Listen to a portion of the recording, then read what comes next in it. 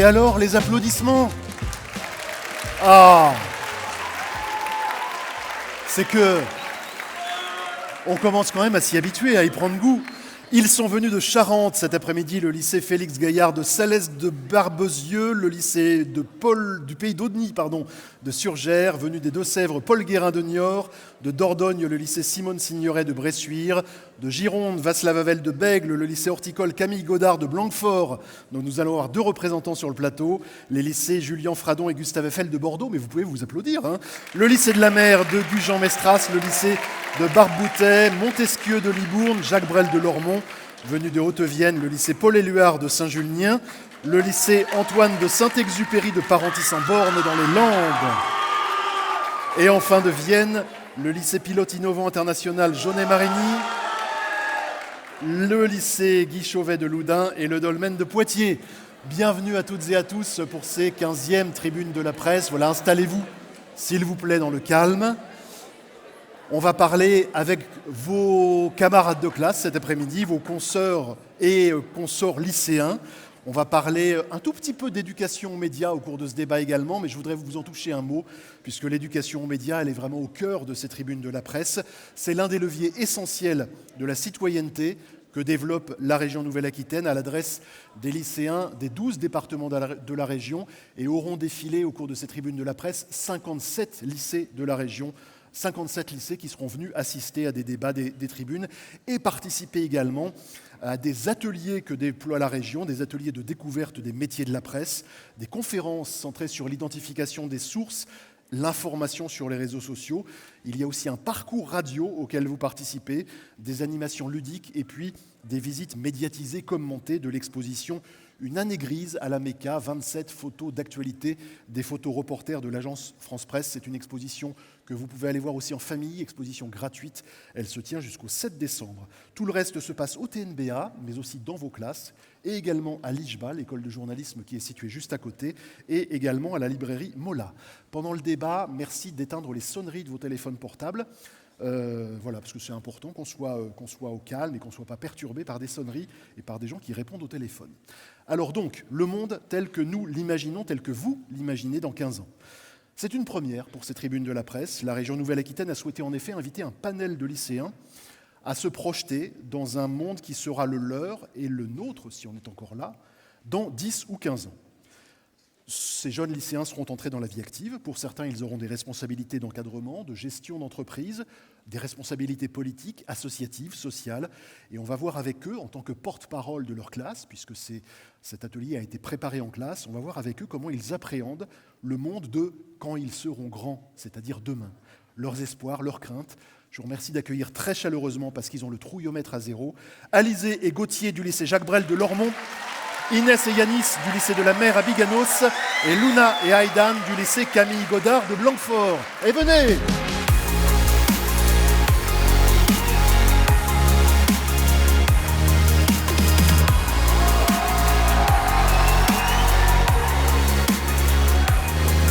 Alizé et Gauthier sont en seconde pro optique lunetterie. Ils ont 15 ans. 15 ans également pour Inès et Yanis en seconde générale et technologique. Et nos aînés, Luna, 18 ans, et Aïdan, le plus grand, le plus costaud, 20 ans, en première année de BTS aménagement paysager. Et à mes côtés, pour animer cette table ronde qui va nous donner un vrai coup de jeune à tous les deux, Rémi Monnier, le médiateur du quotidien Sud-Ouest. Alors Rémi, prends le micro, je t'en prie. Le tutoiement est de rigueur sur le plateau. Ces jeunes, pour la plupart, tu les as déjà rencontrés il y a quelques jours, quelques semaines, pour préparer ces entretiens et aussi pour tourner un reportage qui a été diffusé hier soir sur TV7 et qu'on va regarder dans un instant.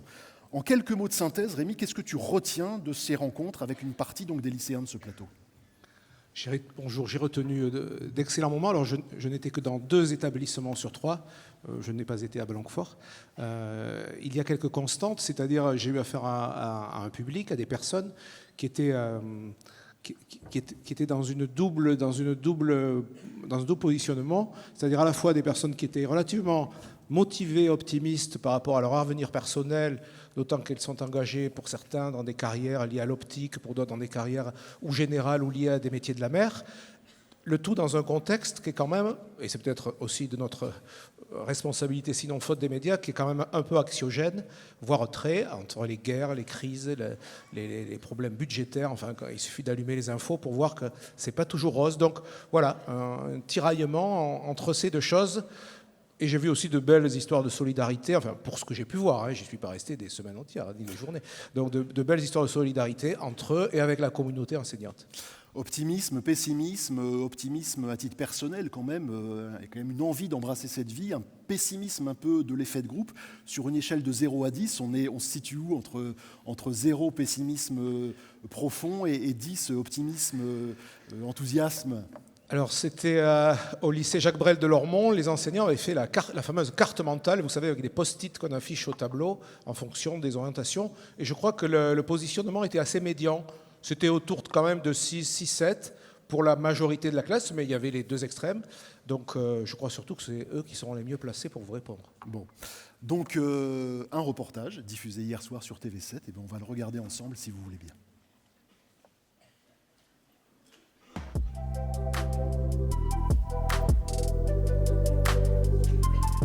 Anna, comment sera le monde dans 10 ou 15 ans? Alors je pense que dans 10 ou 15 ans, le monde va se dégrader et devenir moins bien, que ça soit environnemental. Donc je pense que déjà qu'il y aura la montée des eaux. Ensuite, je dirais par rapport à l'IA, je pense que ça va aller très très loin. Et je trouve que déjà là, ça va vraiment loin. Il y a déjà des robots qui remplacent des humains. Donc je pense qu'il y aura moins de métiers et je pense également qu'il y aura une surpopulation dans le monde. C'est très pessimiste, on ne peut rien faire contre ça. Je trouve qu'il y a déjà beaucoup de personnes qui suivent des causes, qui sont investies, je trouve, dans notre monde futur. Donc je pense vraiment qu'on est le dernier espoir, mais que si on ne réagit pas, ça peut vraiment se dégrader. Avec tous les conflits qu'il y a actuellement et ce sujet, cette problématique d'armée ou pas la France, c'est vachement compliqué de se voir dans 15 ans. Surtout qu'on s'adapte beaucoup à d'autres pays. Quand de l'autre côté de l'Atlantique, il y a Trump qui fait un peu ce qu'il lui chante. C'est un peu compliqué. Dans 15 ans, je pense que le monde va évoluer, mais pas tant que ça. Dans les métiers, je pense qu'il y aura de plus en plus de machines qui vont remplacer les personnes. Mais j'espère qu'il n'y en aura pas trop parce que le contact humain, c'est important. Les IA peuvent être dangereuses aussi si on l'utilise à mauvais escient. L'intelligence artificielle, aujourd'hui, sur le papier, il me semble que c'est un projet très intéressant. Ça peut nous apporter énormément de choses et jusqu'à récemment, les dernières années, ça nous a apporté beaucoup de choses. Seulement, on commence à prendre conscience des différents problèmes qu'inclut cette nouvelle intelligence. Aujourd'hui, un peu pour tout, pour toute demande, toute question, etc. On va faire la demande sur une intelligence artificielle, que ce soit ChatGPT ou d'autres intelligences. Et en fait, on n'habitue plus notre cerveau tout simplement à réfléchir ou essayer de trouver une information par soi-même, etc. Et ça, je trouve ça inquiétant. Donc, je pense qu'il faut juste utiliser l'intelligence artificielle de manière intelligente, justement. Nous-mêmes, prendre le dessus et prendre conscience, tout simplement. Donc oui, il y a des domaines dans la médecine, ça peut être intéressant, très intéressant même. Il ne faut pas oublier notre histoire et il ne faut pas oublier le fait que nous, en tant qu'humains, on a l'intelligence de créer, on a l'intelligence de produire et ça serait bête de perdre ce savoir-faire. Grégory, tu es élève en seconde au lycée de la mer de Biganos. Tu pratiques la plongée, tu es très sensible à la préservation de l'environnement, particulièrement des océans. Que peux-tu nous dire à ce sujet sur ton constat d'aujourd'hui et sur les projections? Mon constat, c'est qu'il y a certains endroits dans l'océan où c'est pas mal pollué, où il y a peu de diversité selon les endroits dus à la pêche, etc. Et ce que je projette dans 15 ans ou plus, c'est qu'il y ait moins de pollution dans les eaux et qu'il y ait moins de surpêche pour qu'il y ait plus de biodiversité dans l'eau. Les BRICS, c'est les pays en cours de développement, tout ça, donc ils continuent à se développer. Nous, on a fini notre phase de développement. Bon, je parle de la France parce que je suis français, que je connais bien la France. Les autres pays, j'imagine que ça doit être à peu près pareil. On est en déclin au niveau du domaine hospitalier, on est en déclin, la justice, on est en plein déclin. Et au niveau des connaissances, l'éducation, on connaît de moins en moins de choses, etc. Les principes démographiques actuels vont être menés à bouger au cours des prochaines années, ça c'est sûr, avec typiquement l'exemple du Bangladesh. La montée des eaux, etc. Aujourd'hui, il y a une très très grande partie de la population qui migre vers d'autres pays, etc. parce qu'ils n'ont plus la place de pouvoir vivre. Donc je sais que tout ça, si on reste dans ce monde-là, dans ce système-là, ça va être mené à bouger. Donc c'est très dur à prévoir et à s'imaginer comment le monde pourra être dans 15-20 ans. Voilà, pour la fluide, bravo à tous. Bravo à tous ceux qui ont pris la parole. Avec des pensées quand même relativement déjà très construites, Rémi, hein, un petit mot juste pour réagir à cette vidéo, à ce montage. Oui, très construite et comme tu le disais au départ, pas forcément très optimiste. Et à la fois, il faut savoir aussi relativiser, c'est-à-dire, comme le disait Abel de l'UBB, là, l'hospitalisation en déclin. Alors, l'hospitalisation ne satisfait pas au degré que l'on voudrait, mais il faut savoir quand même, globalement, qu'en France, on est bien soigné, surtout si on se compare à l'échelle du globe, voire même de l'Europe. Alors, pour la fluidité de nos échanges, on a découpé ces 45-47 minutes de débat en 4 thèmes.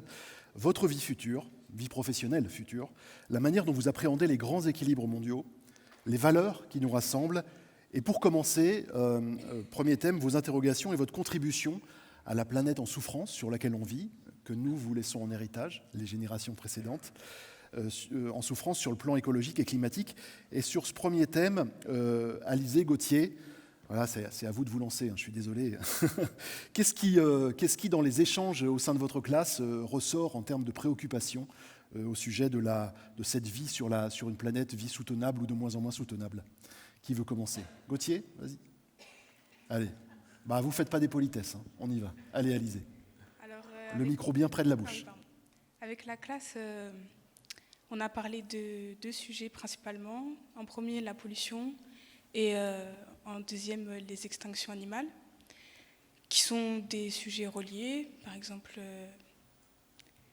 l'extinction animale est due aussi à la pollution, comme certains poissons qui mangent le plastique, ce qui crée une extinction. La pollution, c'est un sujet plutôt inquiétant et les extinctions animales sont de plus en plus fréquentes. Voilà. Gauthier, tu veux ajouter quelque chose sur le travail de la classe autour de ces thèmes? On avait aussi parlé de la contamination donc de la nourriture à cause de la pollution qui se fait emporter par les eaux. Par exemple, certaines espèces de poissons qui deviennent de plus en plus toxiques pour l'homme, qui provoquent des maladies. D'où aussi le fait qu'il y ait de plus en plus de périodes de pandémie, par exemple, de certains virus. On avait aussi parlé on avait un peu parlé du 7e continent, non ? On avait un peu parlé du 7e continent. Une sorte de grande île faite de plastique qui flotte au milieu de l'océan. Et ça, vous le voyez comme une inquiétude ou comme finalement aussi une source de recherche pour la science, pour aller rechercher ce 7e continent, le retraiter vous pouvez participer au débat, hein, les autres lycées. Ouais. Non, pas d'avis là-dessus. Pas d'avis là-dessus. Si. Ah, vas-y Gauthier, je t'en prie, poursuis. Donc le 7e continent, on le voit un peu comme une menace parce qu'il fait quand même la taille de l'Europe. Et donc, ça veut dire que notre consommation de déchets est de plus en plus grande, au point de pouvoir créer quelque chose d'aussi grand que l'Europe. Ce qui est quand même, pour le coup, je pense, inquiétant. Voilà, j'ai fini. Ok. Inès, Yanis, des sources d'inquiétude de votre côté, dans les échanges avec votre classe, des sources d'inquiétude précises aussi sur les ressources essentielles à notre vie sur Terre? Alors nous, oui, il y a eu beaucoup de débats sur la gestion des ressources, notamment l'eau et le pétrole. Le pétrole, c'est la première source mondiale aujourd'hui. Et c'est quelque chose qu'on utilise énormément. Dans 52 ans, les scientifiques disent qu'on n'en aura plus. Et et ça préoccupe pas mal aujourd'hui, parce qu'on utilise beaucoup dans notre vie. Et puis il y a l'eau aussi. L'eau, c'est quand même important pour nous. Sans eau, les humains, on ne vit plus, tout simplement. Et donc oui, il y a de grandes inquiétudes aujourd'hui sur cette gestion des ressources qui, finalement, on ne préserve pas assez et ça pollue beaucoup aussi, par rapport au pétrole surtout. Yanis ? Ce qui fait peur surtout, c'est qu'aujourd'hui nous avons le pouvoir de stopper cette on va dire, épidémie de plastique, de pétrole, sauf que le problème c'est qu'il n'y a pas forcément d'actions qui sont faites pour réduire cette utilisation. Ça, c'est quelque chose qui vous fait réfléchir et qui vous donnerait envie de vous investir dans ces domaines-là où vous regardez ce désastre finalement de manière un petit peu passive. Est-ce que ça peut être une source de motivation pour vos vies professionnelles aussi ? Eh bien, surtout, ça fait peur car j'ai pu constater qu'il y a quand même pas mal d'espèces qui sont en voie d'extinction. Il y en a quand même plus de 1000 qui s'éteignent en quelques années, tandis qu'avant on n'avait pas forcément ce type de problème, parce qu'aujourd'hui on va dire on est dépendant de l'utilisation du pétrole pour créer le plastique, les carburants, et du coup c'est assez difficile aussi de s'en débarrasser dans notre quotidien tous les jours. Rémi ? On pourrait peut-être demander à nos confrères du lycée d'aménagement paysager de Blanquefort, puisque vous êtes au plus près, si j'ose dire, de la terre, de la matrice, dans votre cursus, dans vos études. Alors évidemment, vous n'y êtes pas depuis super longtemps, mais quels sont les correctifs que vous apportez, vous, comme dans l'approche de votre futur métier ? Vous êtes sensibilisé comment ? Vous appliquez comment des mesures plutôt positives envers l'environnement, si elles existent ? Luna ? Alors nous, on s'intéresse surtout à des projets d'urbanisme. Le but est de créer des îlots de fraîcheur, par exemple, dans la ville de Bordeaux. On va s'intéresser aussi au lien social, parce qu'il est important, par exemple, de créer des jardins partagés, des éducations à la nature en ville. C'est de plus important de nos jours. Et après, on va parler aussi de palettes végétales importantes pour ce milieu-là. Donc il est important d'adapter nos végétaux aux environnements dans lesquels on les place. Et puis maintenant, la question se pose beaucoup de la végétalisation en ville. Réduire le ciment, réduire le béton, c'est de plus important de nos jours. Aidan, tu veux ajouter quelque chose ? Oui, parce que du coup, on ne parle pas que de végétaux, on parle aussi beaucoup de sol. Du coup, le grand problème des villes en France, de partout dans le monde, c'est que le sol, du coup, ne laisse pas passer l'eau. Du coup, nous, on essaie de désimperméabiliser les sols, du coup tout ce qui est béton dans les villes et tout. Et c'est vraiment quelque chose de très important, parce que du coup le sol s'assèche et c'est pas top. Oui, c'est tout le paradoxe du changement climatique, c'est que finalement on a des périodes extrêmement sèches qui alternent avec des périodes extrêmement arrosées, des pluies centenales de plus en plus courantes. Et c'est sur ces aspects-là que vous travaillez pour rendre la ville encore soutenable. Et aussi récemment, on a parlé de coévolution. Enfin, on a fait un petit exercice dessus. Et c'est intéressant de voir comment en fait l'évolution du climat et de l'environnement joue aussi beaucoup avec nous. Et nous aussi, notre évolution, du coup, marche avec ce changement qu'on fait subir à l'environnement. Est-ce que ce sont ces préoccupations qui vous ont guidé vers ces études-là, ou ce sont des choses que vous découvrez au fil de votre cursus ? On découvre beaucoup. En tout cas, moi personnellement, je pense que nous aussi, c'est plutôt pour de la création. On n'était pas trop dans cette optique environnementale, de vouloir un petit peu changer le climat. Mais maintenant qu'on y est, bien sûr, on est plus touché, vu qu'on en parle avec nos professeurs et tout. Et c'est quelque chose qui est très inquiétant. Surtout que c'est pas parti maintenant pour s'améliorer, mais du coup, avec cette coévolution, on peut prévoir un petit peu les changements d'environnement et essayer de freiner cette évolution, cette mauvaise évolution en essayant de réduire nos mauvaises pratiques. Luna, tu voulais ajouter quelque chose ? Je Je sais qu'il y en avait certains dans notre classe qui étaient en architecture et on voit qu'en fait il y a vraiment un paradoxe entre l'architecture et la végétalisation. Et donc je sais qu'on est pas mal de cette classe à vouloir contribuer à améliorer le monde de demain face à la végétalisation. Rémi ? Oui, la question que je vous pose à tous et vous qui représentez vos collègues qui sont dans la salle, c'est est-ce qu'à partir des constats que vous faites là, qui sont tout à fait clairs et sincères, est-ce que vous, en tant que jeune et futur donc trentenaire, hein, puisque c'est le thème du débat, vous adaptez votre mode de vie, vous êtes en train d'adapter votre mode de vie, c'est-à-dire dans la façon d'utiliser les transports, de voyager, quand vous prenez vos vacances ou au quotidien, dans votre façon de vous alimenter, de manger, de boire, de consommer, les vêtements, tout ça. Est-ce que c'est quelque chose est-ce que c'est pas imperméable entre ce qu'on constate, ce dont on se désole, et ensuite la façon dont on vit au quotidien? Oui, vas-y Aidan. Oui, bien sûr. Enfin, en essayant de prévoir l'avenir, en voyant l'avenir de nous, de notre point de vue, c'est assez inquiétant, surtout quand on regarde il y a, je sais pas, 20, 40 ans. Les changements sont vraiment drastiques et très soudains. Sauf qu'on voit aussi maintenant je sais pas, les jeunes sont plus touchés et on peut voir, oui, une évolution dans ces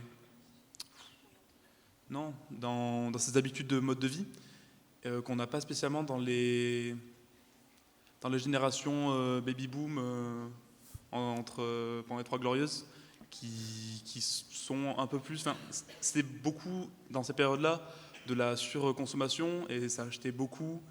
Et moi, je vois sur mes grands-parents, ils achètent beaucoup sur Temu, sur plein de trucs, des trucs qui ne servent à rien, c'est juste du plastique. Aidan, tu ne nous feras pas croire que c'est notre génération qui achète sur Chine et sur Temu. Là, je ne te crois pas, pardonne-moi. Mais c'est intéressant ce que tu dis, et je vais retourner la question aussi à Inès et Yanis, qui essayent de se faire discret là, sur la question. Est-ce que vous êtes, vous, justement, sur cette adaptation, cette forme finalement de décroissance? Est-ce que vous changez votre comportement? Est-ce que vous êtes prescripteur auprès de vos parents, auprès de vos profs, auprès de votre entourage? Est-ce que vous leur dites, bon, maintenant il va falloir qu'on réduise la voilure, quoi? Alors nous, dans la classe, on a constaté qu'aujourd'hui, l'ancienne génération crée énormément de culpabilité envers la nouvelle génération, en expliquant que c'est à cause de nous que la planète va mal, qu'on pollue beaucoup, qu'on achète beaucoup trop. Et finalement, nous, ça nous fait aussi culpabiliser, et ce qui fait qu'on fait de plus en plus attention. Dans la classe, on en a beaucoup qui ont dit qu'ils faisaient attention à l'eau, qu'ils évitaient de trop consommer, même si aujourd'hui on a quand même une société où on a une forte consommation avec les achats en ligne par exemple, donc pour revenir sur Shein ou plein de trucs comme ça. Et du coup, beaucoup de personnes aujourd'hui, surtout nous, faisons en sorte de respecter et de faire le mieux qu'on peut pour que cette planète continue et qu'on arrive à vivre dans une planète vivable. Très bien. Échange déjà riche sur cette première partie. Je propose qu'on fasse avancer le débat sur une ambition que vous partagez tous les 6 d'ailleurs. C'est ressorti, mais c'est sans doute une ambition qu'un certain nombre de camarades de vos classes partagent également. Cette ambition, c'est de créer votre propre activité professionnelle. Entreprise d'aménagement paysager, cabinet d'avocats, chaîne de magasins d'optique. Qu'est-ce qui fait aujourd'hui que ce monde de l'entreprise tel que vous l'observez auprès de vos parents, des gens de votre famille, grands frères, grands sœurs éventuellement, qu'est-ce qui fait que ce monde de l'entreprise, vous n'avez pas envie d'y entrer comme salarié, mais que vous avez envie d'y entrer comme décideur, comme créateur? Pour parler de la classe, il y en a beaucoup qui ont répondu qu'ils souhaitaient aller dans l'entrepreneuriat. Déjà, juste en regardant aujourd'hui la génération du travail, donc nos parents et même ceux qui y rentrent, le travail, c'est plus un endroit où, enfin pour certains, c'est plus quelque chose où on y va par plaisir. Aujourd'hui, on travaille pour vivre, avoir un salaire. Et on remarque beaucoup que nos parents sont très fatigués et ça nous donne encore moins envie parce qu'aujourd'hui, on a beaucoup de parents qui sont salariés, très peu auto-entrepreneurs. Et du coup, nous, ça nous pousse vraiment vers le fait de vouloir monter être autonome, monter notre propre entreprise. Et même si c'est compliqué et que ça va forcément l'être, parce qu'aujourd'hui, être auto-entrepreneur, moi, je vais prendre l'exemple de mon papa qui est auto-entrepreneur et qui a dû tout simplement prendre un autre travail à côté parce qu'il n'arrivait pas à finir sa...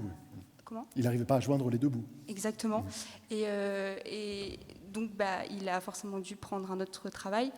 Mais cette question d'entrepreneuriat, elle revient énormément aujourd'hui, surtout sur le fait de voir que c'est plus une partie de plaisir et qu'on a envie quand même de travailler et d'être enthousiaste. Et comme l'a dit un jour l'un des philosophes des Lumières, Denis Diderot, il a dit que si on voulait exceller dans notre métier, il fallait être enthousiaste. Et c'est ce qui est vrai, finalement, si on n'est pas enthousiaste, on n'y arrive pas et on tombe dans des dépressions ou dans des burn-out. Donc vous allez aller chercher de l'enthousiasme, du sens aussi, en voulant...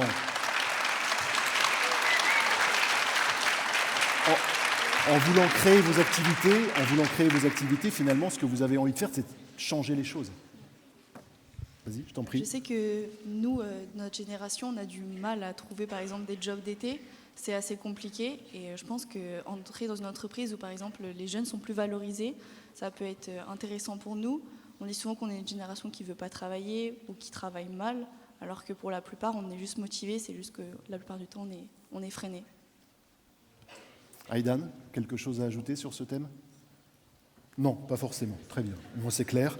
Je vais donner la parole à Inès et Gauthier. On a parlé juste avant de décroissance. Et je crois que dans les échanges que vous avez eus avec votre classe, c'est quelque chose qui est apparu très fort, cette préoccupation du niveau de vie, du déclassement, de la dette qu'on vous laisse en héritage, 3 000 milliards d'euros, à vous de rembourser. Voilà, c'est une question qui vous a préoccupé dans vos échanges. Donc oui, ça nous a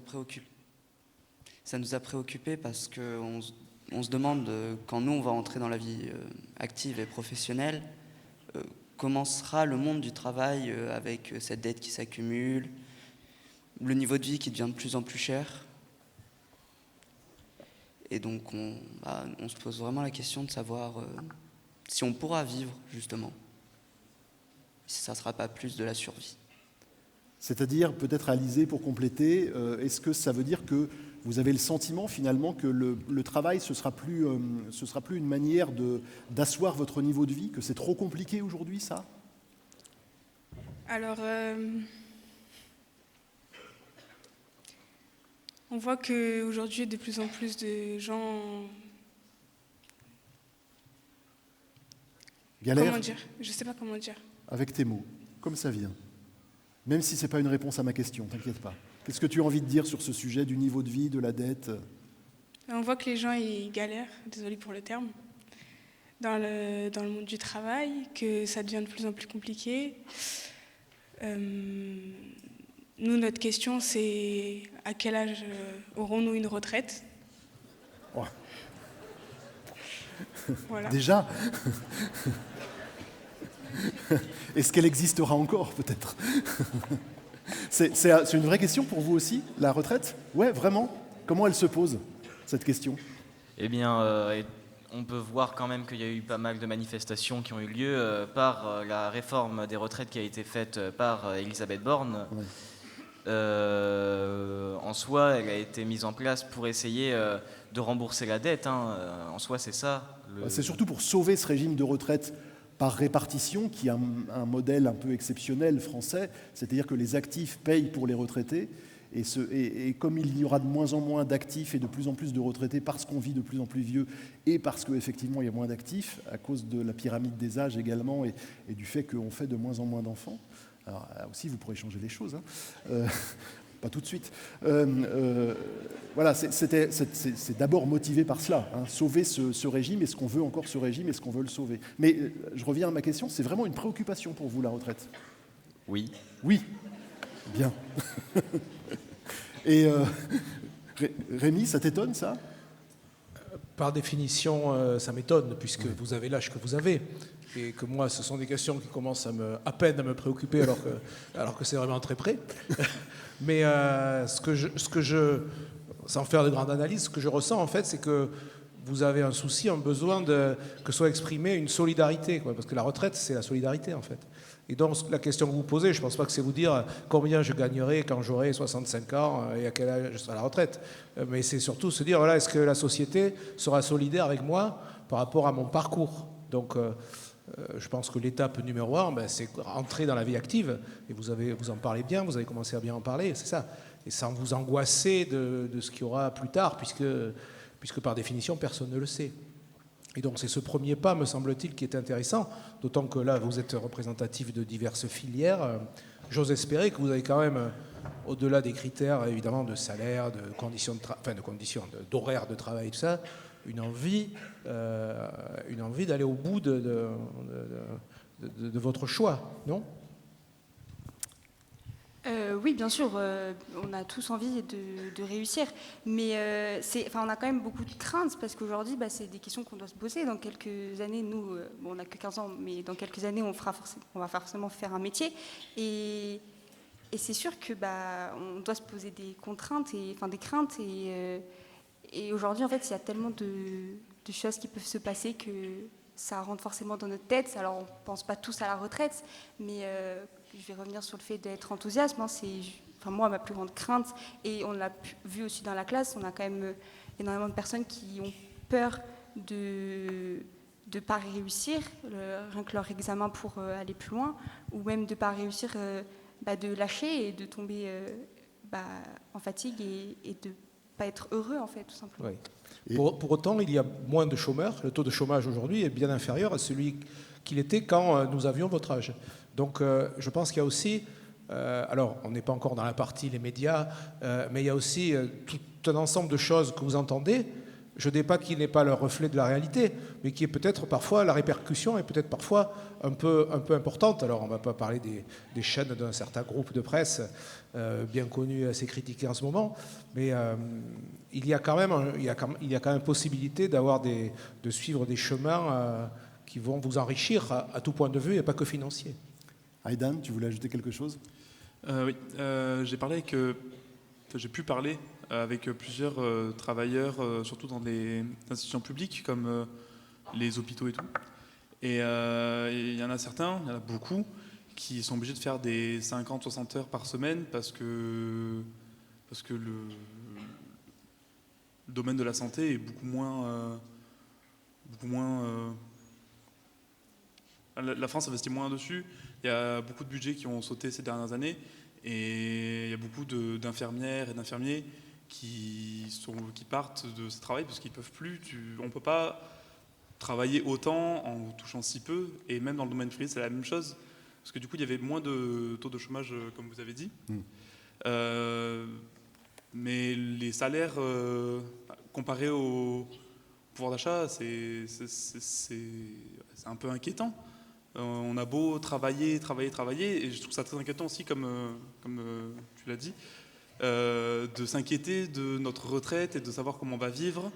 Je ne sais pas si avant c'était comme ça aussi, s'il y avait autant d'inquiétudes quand on était jeune de vivre. Je pense que c'était plus trouver un travail qui nous plaît. Maintenant, ouais, c'est trouver du travail, déjà c'est pas mal, et c'est vraiment catastrophique. Et avec deux critères sur un pied d'égalité, qui est un travail, un, qui me permette de gagner ma vie et de ne pas galérer, et deux, qui me permettent de m'épanouir. C'est quoi le plus important ? C'est pareil. C'est pareil, mais sauf que on est obligé de faire des choix maintenant parce que c'est pas possible de bien vivre. Enfin si, c'est possible, mais c'est très rare des gens qui vivent bien de leur passion. Faut vraiment y aller, vraiment en avoir envie et vouloir s'investir et foncer dans le truc. Ça arrive souvent, mais c'est aussi dû à une mauvaise répartition des salaires dans les très grosses entreprises où un patron toucherait, je sais pas, plusieurs millions par an, où le mec en bas de l'échelle touche à peine le SMIC, et je trouve ça vraiment très inégal. Et pour moi, il faudrait vraiment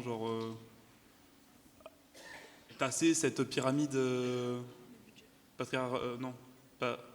ces inégalités qui se creusent de plus en plus entre les ultra-riches et et ceux qui vivent, voilà, je ne sais plus quels sont les chiffres, mais il y a quand même un Français sur 10 qui vit sous le seuil de pauvreté, je crois. Je voulais juste ajouter que j'ai l'impression que de nos jours, quand on fait le choix de nos études, on ne fait plus forcément des études pour la passion, on s'intéresse aussi à ce que plus tard ça va nous apporter, combien on pourra gagner plus tard. Et je pense qu'à notre âge, on ne devrait pas avoir à s'inquiéter autant de l'argent qu'on possédera plus tard. Mais rassurez-moi, en aménagement paysager, en optique, ou dans des études plus générales, vous êtes quand même sur des études qui vous passionnent. Oui, on est sur des études qui nous passionnent, oui. Bon, soit par le terrain, soit par les Et bureaux ont-elles des d'études. débouchés, alors auto-entrepreneur ou employé, pour commencer sa carrière, vos études dans ces deux domaines, très concrets, très identifiés? Y a-t-il concrètement des débouchés? Quand vous aurez fini vos études, vous allez trouver du travail? Avec nous, notre BTS, on peut directement être chef d'équipe. C'est un avantage quand on sort des études comme les nôtres. Et après, on peut très vite grimper les échelons si on est motivé. Avec de la motivation, tout paye. Aidan? Le seul truc, moi, qui me pousse à faire des études, enfin, continuer mes études et peut-être aller en école d'ingé, c'est le salaire. Parce que puis même, genre, j'ai envie de monter une boîte avec des répartitions un peu égales au niveau des salaires et pas juste de tout toucher moi-même. Je trouve ça un peu égoïste quand même. Mais ouais, j'ai vraiment envie de continuer ces études juste pour pouvoir bien vivre et pas me soucier de comment vont vivre mes enfants et comment je vais vivre moi jusqu'à mes 60 ans, 80 ans. Je sais pas. Dans ce monde professionnel que vous commencez donc les uns les autres à toucher du doigt, comment vous envisagez, c'est un thème que vous avez souhaité qu'on aborde aussi, comment vous envisagez l'émergence de l'intelligence artificielle, plutôt comme une chance, plutôt comme une source d'inquiétude? Yanis, Gauthier, puis après on retournera vers vous, Luna et Aidan. Yanis, Gauthier, ou Alizé, Inès, comme vous voulez. Oui. Vas-y. Vas-y, Yanis. C'est surtout une source d'inquiétude, car il ne faut quand même pas que l'intelligence artificielle remplace l'humain dans les domaines tels que l'art, car c'est, on va dire, un partage qui est fait dans la société, l'art. Donc la crainte, c'est le remplacement de l'homme par la machine. Oui, tout à fait. Ouais. Vas-y, je t'en prie. On a aussi une crainte dans la médecine. En fait, l'IA, elle peut servir énormément et c'est pas forcément qu'une menace. La médecine, aujourd'hui, on arrive quand même à faire même si on n'en a pas beaucoup, mais il y a déjà eu des opérations faites avec des IA. Bien évidemment, il y a des humains à côté, parce que l'IA n'est pas encore 100% parfaite. Mais du coup, l'IA, elle peut énormément contraindre à l'aide. Et ça peut être une chance dans certains métiers, comme ça peut être aussi à égalité une grande menace. Aujourd'hui, on a des personnes dans la classe qui pensent que dans la médecine, l'IA pourrait remplacer les généralistes, pourrait poser des diagnostics plus rapides qu'un médecin, et donc avec des photos et donc reconnaîtrait plus facilement une maladie. On arriverait peut-être à sauver des personnes des cancers plus vite et on perdrait peut-être moins de personnes de certaines maladies. Donc l'IA, elle est, je pense, dans certains métiers égale en termes de chances et de menaces. Notamment dans les métiers de l'aménagement paysager, pour vous, ça va être un outil qui va permettre d'augmenter l'homme et pas de le remplacer. Nous, on voit ça, qu'il est important de le jauger, en fait. On voit beaucoup d'avantages, mais aussi beaucoup d'inconvénients. On aurait vraiment un gain de temps pour l'aménagement et pour l'optimisation. Par exemple, pour gérer les plannings, aider à la conception, pour les choix des végétaux aussi. Et on aurait aussi pour l'automatisation des devis, pour que ça se fasse plus rapidement et que le temps, c'est de l'argent, donc ça pourrait nous aider. Mais il y a aussi des risques de déshumanisation avec la dépendance aux technologies. Si par exemple ça tombe en panne, comment on fait? On ne peut pas couler son entreprise tout simplement, quoi. Et puis il y aurait des inégalités pour les pros. Certaines entreprises pourraient se payer différentes intelligences artificielles alors que d'autres n'auraient pas les capacités pour. Et puis aussi il y a des problèmes liés aux données et on ne peut pas donner n'importe quelles données à cette intelligence artificielle. Comment ça va être utilisé? Est-ce que ça va être contre nous, pour nous? C'est un peu problématique. Oui, il y a un problème de souveraineté avec ce que l'on appelle la data, qui est l'or noir des grandes entreprises de l'IA. On va avancer un petit peu parce qu'il nous reste une petite vingtaine de minutes autour du troisième grand thème de nos échanges, qui sont les conflits qui nous entourent. Il y a eu, dans ces périodes où vous avez préparé ce débat, une déclaration tonitruante du très grand patron des armées françaises, le chef d'état-major des armées, le général Mandon, qui a dit voilà, la France doit être prête à perdre ses enfants. Alors dans son esprit, il ne parlait pas de vous, mais il parlait des enfants de la nation, des militaires.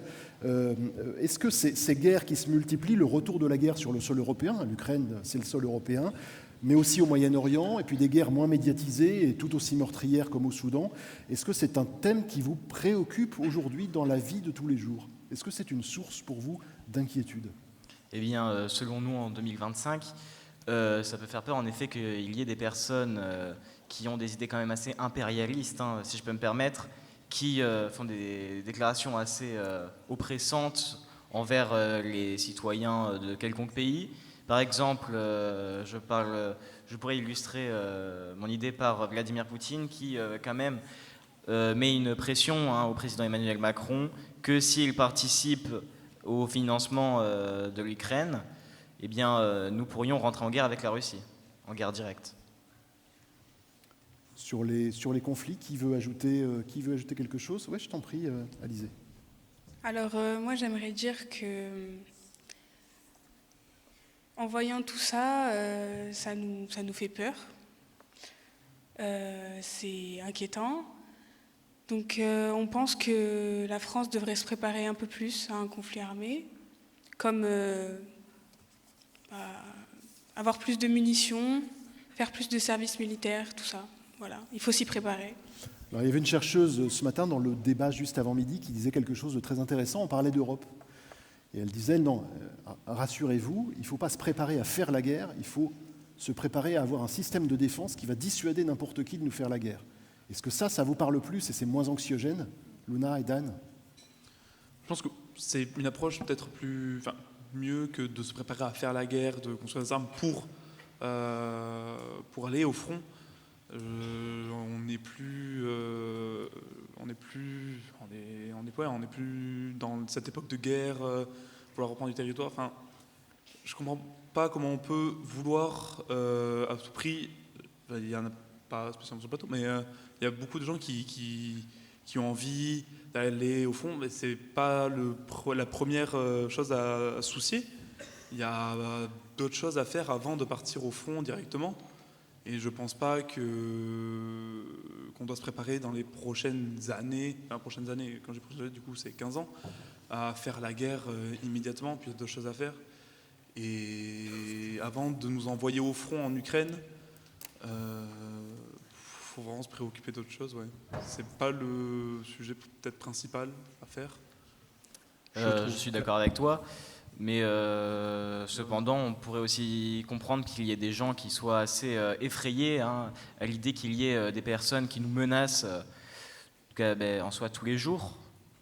Mais c'est sûr. En plus, avec le chef de guerre qui dit préparez vos enfants, préparez à vous à perdre vos enfants. Et du coup, il s'est expliqué plus tard en éclaircissant un petit peu ce qu'il voulait dire, mais dire ça comme ça sur. D'ailleurs, c'est rigolo parce que tu l'appelles chef de guerre. Non, chef de guerre. Non, mais c'est un lapsus qui dit la manière dont vous avez les uns les autres ressenti les choses aussi, quoi. Justement, c'était hier, le président de la République française a dévoilé, a parlé de l'avènement très prochainement d'un service militaire. Alors, je cite de mémoire, j'ai lu Le Monde ce matin, mais c'était déjà tôt, qui serait sur la base du volontariat concernant des jeunes de votre âge. Le but étant que dès septembre 2026, il y ait environ 6 000 personnes, qu'on aboutisse 10 ans plus tard, en 2035, à 30 000 personnes. Ce sera un service militaire seulement sur le territoire national qui permettrait de dégager des militaires professionnels sur les terrains, enfin en première ligne sur le terrain. Donc là, on est au cœur du sujet. Vous êtes son cœur de cible, si j'ose dire. Quel est votre ressenti, votre avis sur cette info ? Gauthier, tu as déjà le micro en main. Oui. Nous, on avait parlé de la guerre plutôt pour préparer à se défendre au cas d'une attaque, pas pour attaquer, plutôt. Donc se défendre pour décourager d'être attaqué. Oui, voilà, se préparer à, Luna ? Comme une sorte de moyen de pression pour éviter de se faire attaquer. Je sais que, par exemple, le SNU, donc le Service National Universel, ça a été posé comme question, est-ce qu'ils allaient l'imposer ou pas. Je sais que moi, quand, par exemple, je l'ai fait, et sur la base du volontariat, on n'était vraiment pas beaucoup à l'avoir fait. Et quand on en parle chez les jeunes, je sais que j'ai vu une vidéo hier sur les réseaux qui en parlait, la plupart des jeunes ne s'inquiètent pas pour ça, et ils se disent, si nous on ne le fait pas, d'autres le feront. Explique-nous ce que tu as fait exactement et combien de temps? C'était le service national universel. Je sais que personnellement, je l'ai fait en 2023. Et je trouvais ça hyper intéressant parce qu'on apprend plein de choses. On apprend les corps de métier comme l'armée, on voit l'armée de terre, l'armée de l'air, on voit aussi les gendarmes, on voit aussi les policiers municipaux, les pompiers. Et je trouvais ça hyper intéressant. On s'informe sur tout ce qui se passe autour de la santé, par exemple comment gérer nos assurances, les cartes vitales, tout ce qui se passe autour du service national. C'était sur la base de semaines, de jours? Oui, moi j'ai fait un stage de cohésion qui a duré 2 semaines. La plupart du temps, c'est dans des lycées ou moi c'était dans un camping. C'était plutôt une chouette ambiance pour un stage de cohésion avec 90 jeunes. Il y avait une piscine? Et après, non, il n'y avait pas de piscine quand même. Et après, on avait 84 heures d'intérêt général à faire. Je sais que personnellement, je les ai réalisées dans une association de banque alimentaire. Et j'ai trouvé ça hyper intéressant parce qu'en fait, on se rend compte qu'il y a de la misère partout. Moi, je sais que je rentrais de mes heures, j'étais mal. Je me disais, mais comment c'est possible que des gens soient autant dans la précarité? Ça fait vraiment super peur. Ouais, c'est une certaine école de la vie. Ouais. Est-ce que, je vais vous poser une question qui est un peu brutale, est-ce qu'il y a des valeurs? Est-ce qu'il y a des valeurs qui justifieraient que vous portiez l'uniforme avec volontarisme, voilà, est-ce qu'il y a des valeurs à défendre qui vous feraient vous engager? La solidarité, la fraternité. Mais ça amène pas forcément à porter les armes, mais des valeurs, voilà, des valeurs qui justifieraient de devenir militaire ou au moins pendant un temps. Défendre certaines valeurs. La liberté. Moi, je reviens sur la liberté. C'est quelque chose aujourd'hui qu'on a en France et qu'on a la chance parce que dans certains pays, par rapport aussi, moi je parle en tant que femme, dans certains pays, les femmes, elles n'ont pas de liberté. Et la France, aujourd'hui, on en a. Et si on se mobilise pas en fait pour garder notre pays, si on est en guerre, je parle vraiment pour les femmes. Après, les hommes, ils voient, mais pour les femmes, moi, en termes de liberté, je pense que je serais prête à me battre pour ma nation et pour garder cette liberté que j'ai en tant que femme dans mon pays.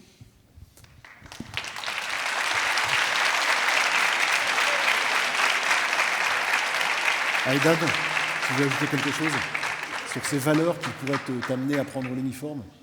Sur ces valeurs qui pourraient éventuellement t'amener à prendre l'uniforme? Personnellement, il n'y a pas de valeur qui me porte à aller au front. Et je pense qu'il faut déjà se battre pour nos valeurs avant d'aller se battre pour la France, qui ne prend pas spécialement soin des étudiants et de tout le service public, même la culture qui est en train de mourir. Et je pense qu'il faut d'abord se battre.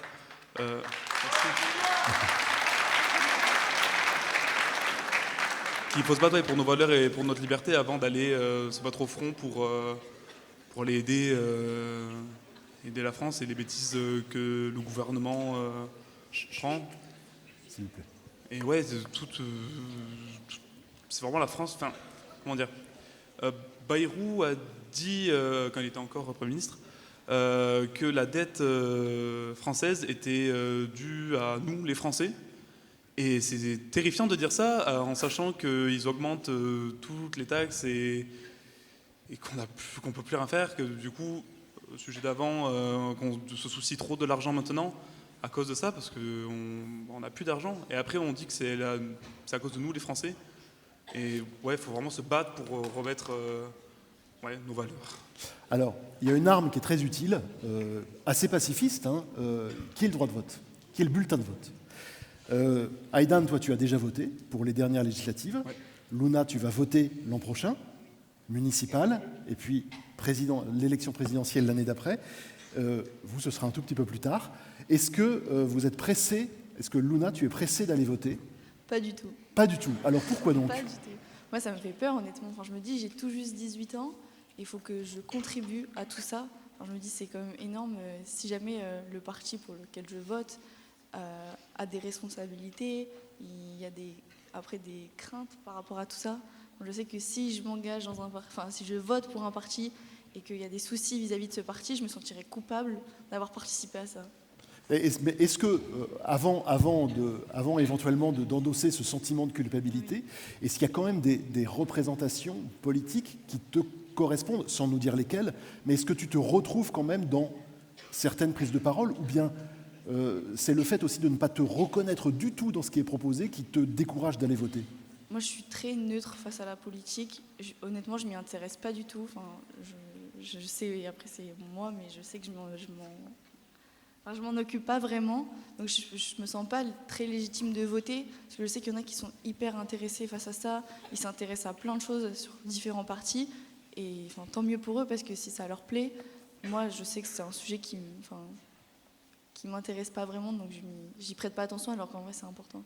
Et toi, Aidan, comment tu as vécu ta première entrée dans l'isoloir? Moi, à ce moment-là, je n'étais pas très politisé. Pareil, je ne m'intéressais pas tant à la politique, j'étais un peu au courant de ce qui se passait.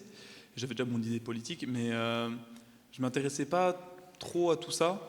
Et du coup, avant de voter, j'ai voulu me renseigner, je suis allé voir des gens, des groupes plutôt qui pensaient un peu comme ce que je pensais, ce que je pense toujours maintenant.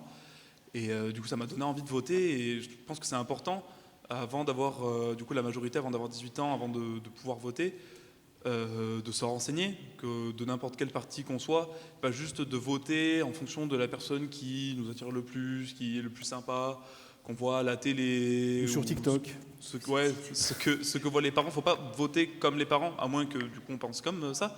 Mais je pense qu'il faut vraiment se renseigner personnellement et créer son propre avis, son propre bord politique, enfin pas son propre bord politique, mais ouais, son libre arbitre. Merci. Yanis, est-ce que tu es pressé d'aller voter? Est-ce que tu es pressé d'aller voter? Oui, tout à fait. Très bien. Moi, personnellement, je pense que le plus important en soi dans le vote, c'est que nous, en France, on possède quand même le droit de vote comparé à certains pays, tels que la Corée du Nord, par exemple. Du coup, je pense quand même que ça... Alors ça nous amène, Rémi, à évidemment se forger une opinion. Ça passe aussi par la consommation, par l'écoute, la lecture des médias et l'importance de l'éducation aux médias pour cette jeune génération. Oui, alors pour finir sur le vote, là, il faut pas vous mettre la pression par rapport à ça. Bon, déjà le vote, alors c'est vrai qu'on est dans un pays où on a la chance de pouvoir tous voter, c'est pas le cas dans tous les pays, mais d'un autre côté, on n'est pas obligé. Donc, et il y a aussi des différences entre s'abstenir et rester chez soi, ou aller voter, voire parfois pour voter blanc. C'est pas la même chose, c'est pas la même démarche.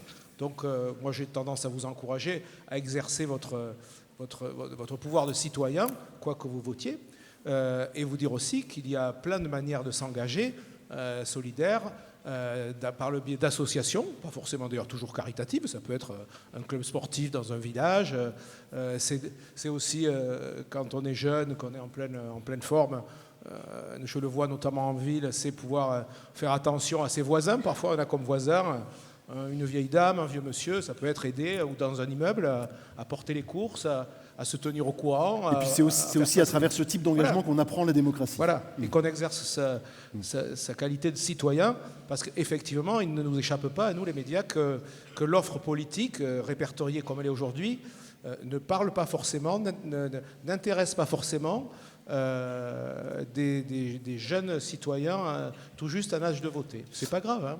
Ça viendra ou pas, mais en tout cas... Vous pouvez faire votre marché comme vous voulez. Alors en cela, les médias, l'information. Les médias. Alors il y a plusieurs types de médias. Il y a des médias d'opinion, d'un côté de l'échiquier comme de l'autre, qui eux ont une opinion bien déterminée et essaient de la faire passer dans le public. C'est des médias militants. Et il y a des médias après d'information générale, qui sont la majeure partie des médias, où nous on se dit déjà, et ce n'est pas si facile, si déjà faut qu'on les écoute parler quand même. On est pluraliste. On vous donne les éléments pour que vous fassiez votre propre opinion, notre mission est remplie.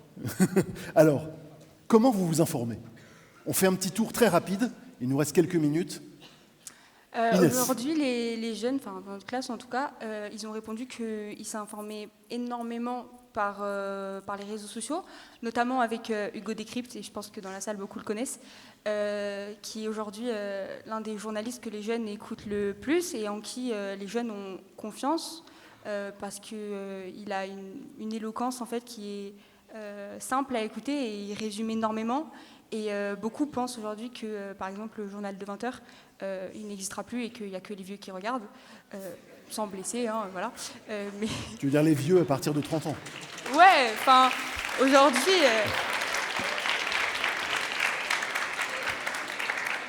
Aujourd'hui, les jeunes, ils passent pas leur temps devant les 20h ou les 13h. Moi, quand je vais chez mes grands-parents, par exemple, ils regardent les 13h et les 20h. Et même après, plus tard, les BFM TV et tout ça, alors que bon, c'est pas... Donc, alors, Hugo Décrypte, c'est le premier ou deuxième podcast le plus consommé, c'est 1 million d'écoutes à chaque fois. Voilà, source crédible d'information. Il est plutôt sur du décryptage, comme son nom l'indique. Est-ce que vous vous informez aussi sur les réseaux sociaux, avec ce souci de savoir qui est en train de vous parler ou de vous écrire sur les réseaux sociaux quand on vous parle de faits d'actualité? Est-ce que vous avez cette préoccupation? En fait, sur les réseaux, on trouve énormément de choses et on n'arrive pas forcément à faire le pour et le contre et savoir si c'est vrai ou pas. Et aujourd'hui, quand on remarque certaines vidéos qui passent sur les réseaux, quand on regarde les commentaires, il y en a beaucoup qui disent si Hugo Décrypte l'a pas dit, j'y crois pas. D'accord. Et du coup, on va vraiment vers lui.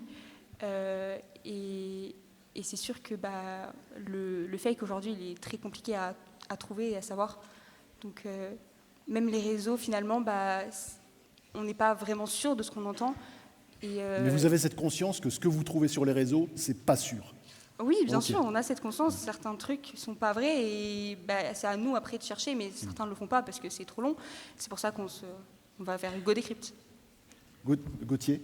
Oui, moi je voulais réagir là-dessus pour dire que ça serait peut-être bien qu'on habitue les nouvelles générations à aller, dès qu'ils trouvent une info sur, par exemple, ce genre de médias, les réseaux sociaux et tout, à aller directement chercher les sources, vérifier, pour éviter de propager une fausse information.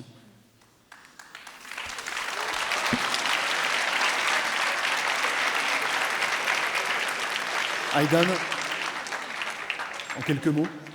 Même il y a des fois, c'est pas spécialement des fausses informations, malgré qu'il y en ait beaucoup, mais des fois c'est juste des informations qui sont un peu modifiées ou qui sont détournées par n'importe quel bord politique. La politique se sert beaucoup des réseaux et de n'importe quelle vidéo ou de n'importe quelle information pour aller de leur côté ou faire passer leurs idées. Oui, tu veux dire qu'une information peut être vraie, mais instrumentalisée, sortie d'un contexte pour servir une idée. Oui, et je pense que c'est important de pas juste s'informer, de regarder sur les réseaux, mais de parler avec les gens qui sont autour, parce que chacun a son avis. C'est intéressant et très important d'écouter les avis de tout le monde, et pas juste de s'en tenir à ce qu'on lit, ce qu'on regarde. Il faut vraiment parler, même si c'est un peu tabou des fois, ou qu'on n'a pas eu tout le même avis politique. C'est ultra intéressant d'écouter ce que pensent les autres et ce que les gens ont à dire. Bon, et puis on va se fixer un challenge au niveau de la région et des tribunes, c'est de réussir à inviter Hugo Décrypte, de réussir à le faire venir, parce que l'inviter, on peut toujours essayer, de réussir à le faire venir. Je voudrais faire un dernier tour de table, parce que malheureusement, on est déjà au bout de cette heure d'échange, et on avait encore énormément de choses à se dire, mais un dernier tour de table, et je vais vous demander un mot à chacune et à chacun. Un mot. Quelle serait la valeur la plus importante à protéger, selon vous? La valeur qui nous rassemble, la valeur qui vous parle le plus? Un mot. Liberté. Liberté. Yanis? Fraternité. Fraternité. Luna? Le respect. Pardon? Le respect. Le respect. Alizé? L'égalité. L'égalité. Aidan? Aidan? Nos droits. Ok. Et Gauthier? Vas-y, on t'écoute. Un dernier, c'est plus dur. Tout a déjà été dit. Tu peux en reprendre une. On peut citer. Vas-y, le micro. On peut citer une phrase ou pas? Ah oui, vas-y, je t'en prie. J'aimerais citer Nelson Mandela. Ouais. Je ne perds jamais. Soit je gagne, soit j'apprends. Merci beaucoup, Gauthier.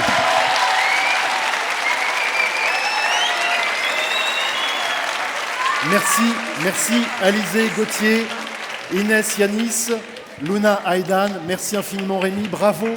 C'était un exercice pas facile pour eux 6. Applaudissez-les très fort. Merci et à tout de suite pour la suite de ces tribunes.